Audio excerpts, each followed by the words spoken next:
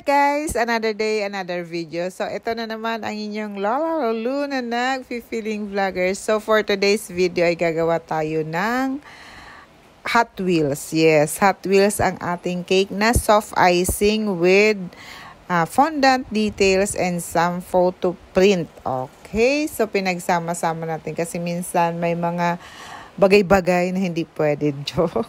So, yun, hindi pwede iba na photo print. So, kailangan natin i-combine pati ang fondant. So, ayan, naglalagay din tayo as usual ng ating tatlong barbecue stick para maging stable ang ating cake na 7 by 5. Okay? So, ayun na. Maglalagay tayo ng frosting at ang frosting nga natin ay no ever whip it. Yung palagi lang natin ginagamit. So, ayan, pakikinisin lang natin at saka na natin i-decorate. Ito po ay order sa akin ng aking loyal na client. Yes, palaging loyal na client. So, ayan nga, mahalin natin ang ating mga client kasi talaga naman pag nagustuhan nila, lalo isa din sa factor na bumabalik ang ating client ay yung pakikitungo din natin sa kanila. Siyempre, yung lasa at yung outcome ng ating product. Okay?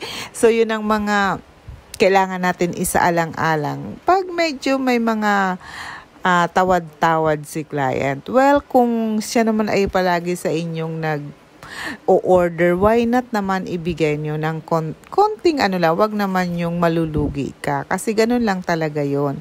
Siyempre, gusto rin nila ng medyo mura, pero dapat andun pa rin sa presyo mo na may hindi ka lugi. So, ayun nga ang nangyari dito. Medyo nag-ano siya kasi nga ito ang bigay ko. Actually, ang soft icing ko talaga, ang regular price ko is 1.8. 1.8 with 12 cupcakes free. Pero ito, ganun din ang size, 7 by 5. Ito, ang nangyari is 1.5. So, nasanay na si client na ganito, well, okay lang. So, binigay ko pa rin sa kanya ito. At yun nga, medyo nagtatanong, ano ba ang size? Ano ba ang itsura? Ano ba, bakit photo print? Sabi ko, hindi. Meron pa rin mga fondant details. So, ayun. Tapos, yung pagkatapos, sabi niya, pwede pong pasend ng pictures. Siyempre, nag-aalangan siguro siya. So, ayun, nung makita niya, ay awa ng Diyos, ay nagustuhan naman niya. O, diba? So, ayun lang. Siyempre, pag nagustuhan ni client, masayang-masaya tayong mga home bakers.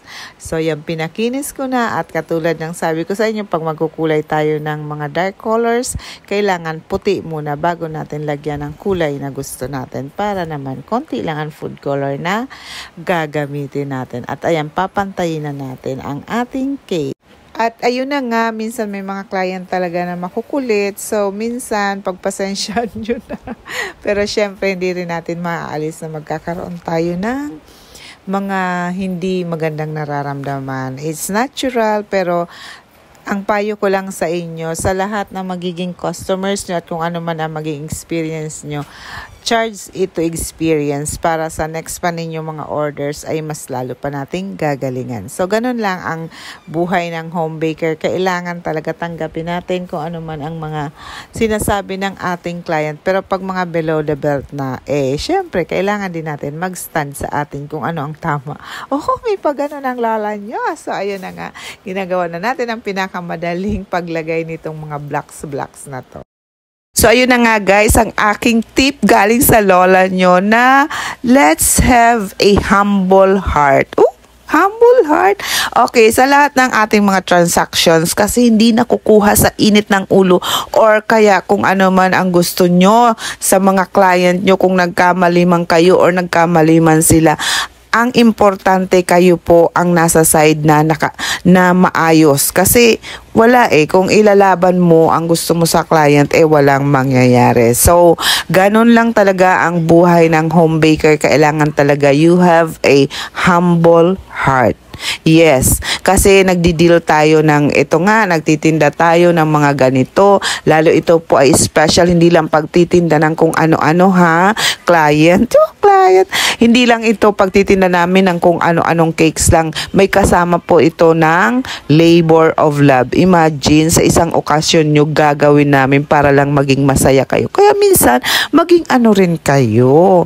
Hindi naman yung panay na lang kayo po na. Joke lang. Siyempre naman, gagawin namin ang best namin para mapasaya ang inyong mga occasions. Batay din naman sa inyong babayaran. Siyempre, ganun lang talaga. May mga consequences.